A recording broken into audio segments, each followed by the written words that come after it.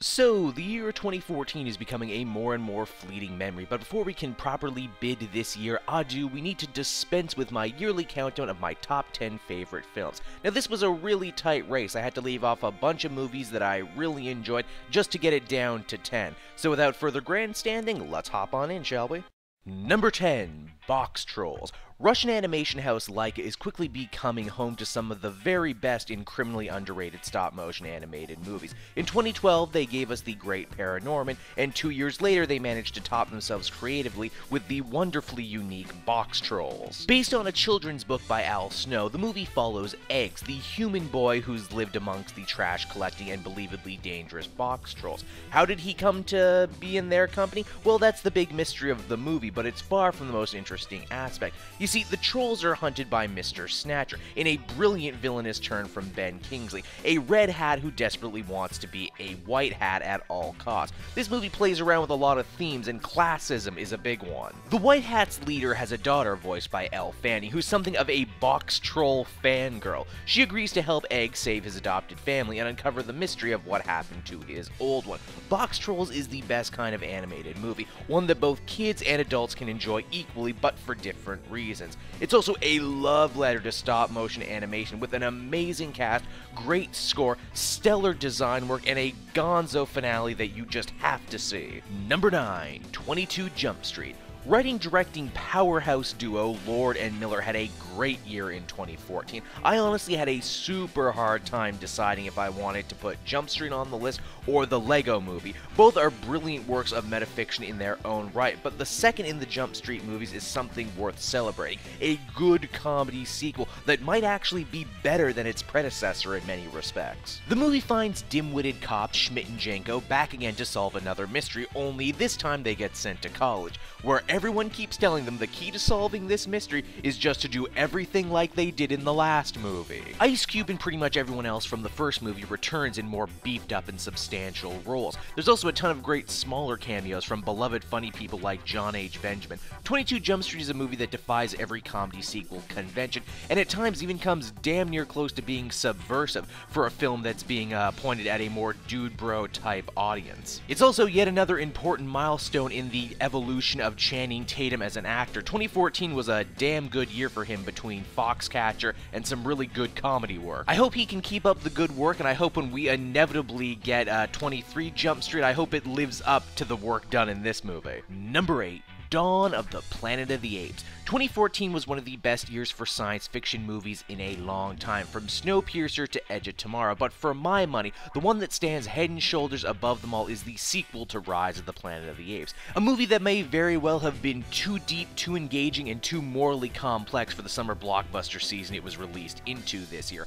Andy Serkis is back as Caesar, the ape leader who is struggling between his duty to his kind and trying to rekindle connections to mankind. The movie is loaded with all kinds of great themes and messages, like the apes becoming more like humans the second they get their hands on guns, or the fact that the ape-human war was started over a battle for resources. It's also just a damn good action movie that stays true to the Planet of the Apes' long history of having pretty dour, downer endings. Dawn of the Planet of the Apes is one of my favorite types of movies that shows that you can have brains and balls in equal measure.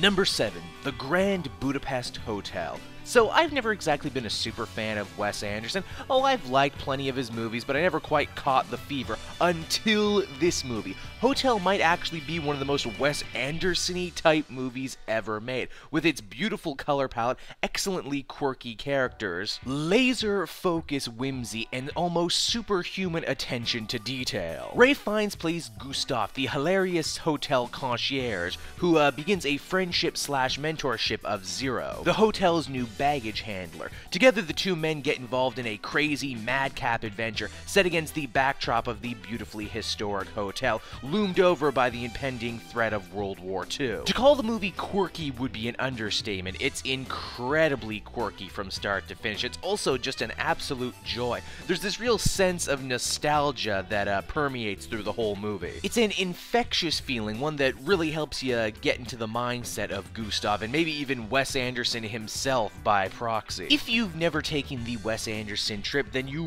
really should make this movie your first stop. Number 6.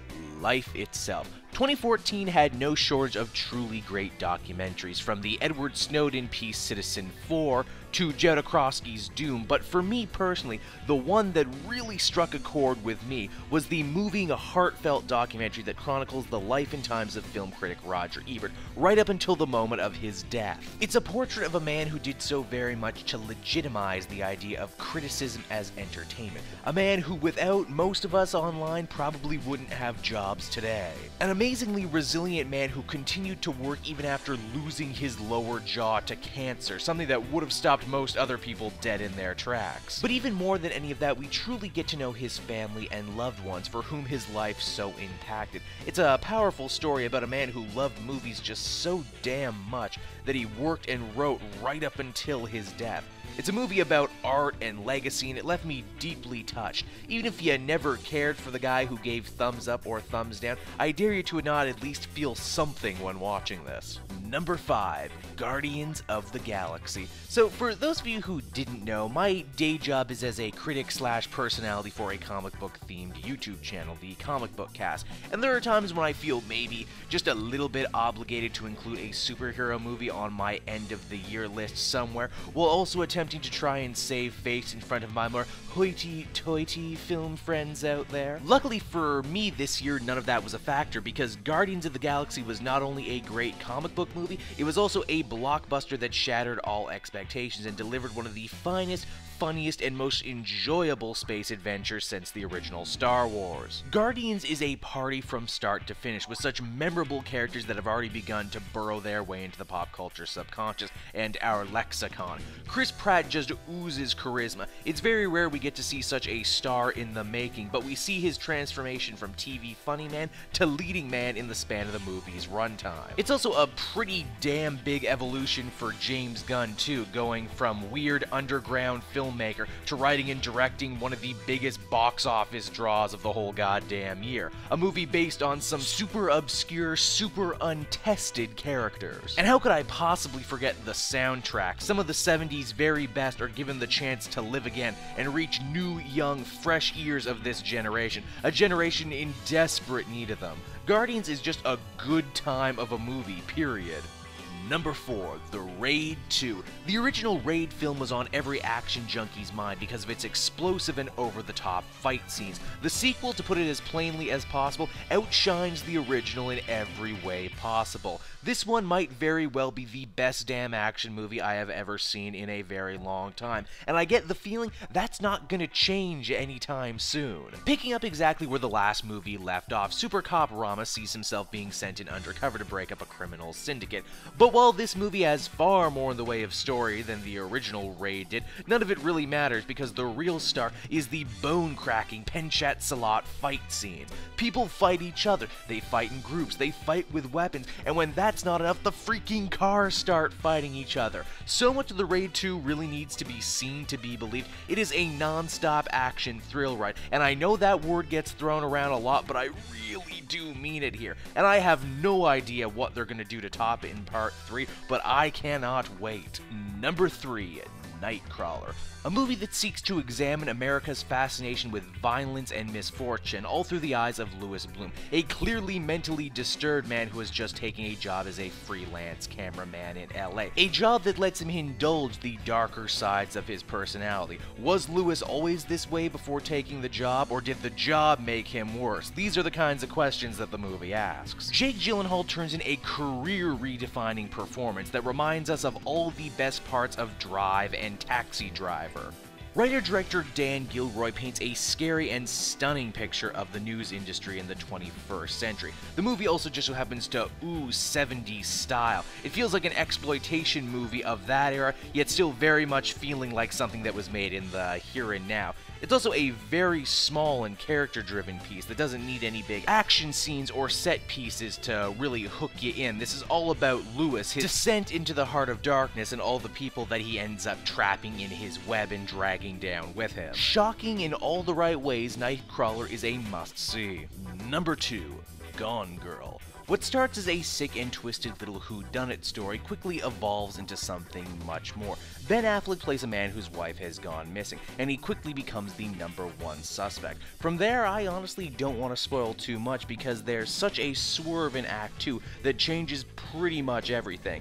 And can you really be surprised when the movie is coming from director David Fincher, who has pretty much made an entire career out of movies with amazing swerves that change everything? Gone Girl is at heart really a movie about trial by public opinion and how that impacts real-life crimes and how they're solved. It also goes really deep into the suburbs and how they have a nasty habit of turning people into sociopaths who have to change their faces to help climb the social ladder. It's brutal and brilliant in all the right ways, and it weaves these themes throughout the overall mystery plot without ever feeling like it gets too bogged down. It's also one of those movies where you don't exactly root for anyone because they're all pretty horrible in their own way. But you know how I know Gone Girl is amazing? Tyler Perry is in it as a slimy lawyer, and he's freaking amazing. There's a scene where he's throwing gummy bears at Ben Affleck that had me laughing my ass off. Because you see, that's the thing. It's hilariously dark at the same time as being, you know, regularly dark. Throw in some amazing performances, the great twist that I mentioned before, and you have my #2 favorite movie of the year.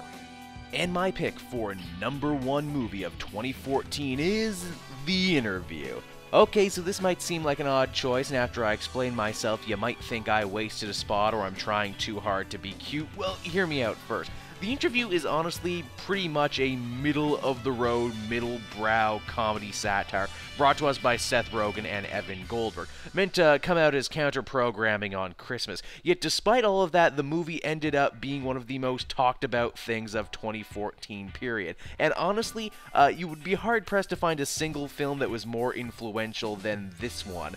My last 9 movies may have been really good, but The Interview actually changed the world we live in without even really trying. The movie sees Rogen and James Franco as TV personalities sent in to interview North Koreans Kim Jong-un, but they end up getting roped into a CIA plot to assassinate the leader. This had real-world repercussions as both men were made actual enemies of North Korea. It was also the inciting incident behind the major Sony Studios hack that blew up the entire internet. Theaters didn't want the movie, fearing an attack, which meant that the film went on video on demand, which in and of itself could have a major effect on how movies get released in the future. And the things just keep on coming because now it would seem the movie is at the center of a stolen music scandal. Whether or not The Interview is a good movie or not became irrelevant rather quickly, because completely by accident the movie became part of pop culture history right at the tail end of 2014. Film students will be learning about this one right next to movies like Chaplin's The Great Dictator,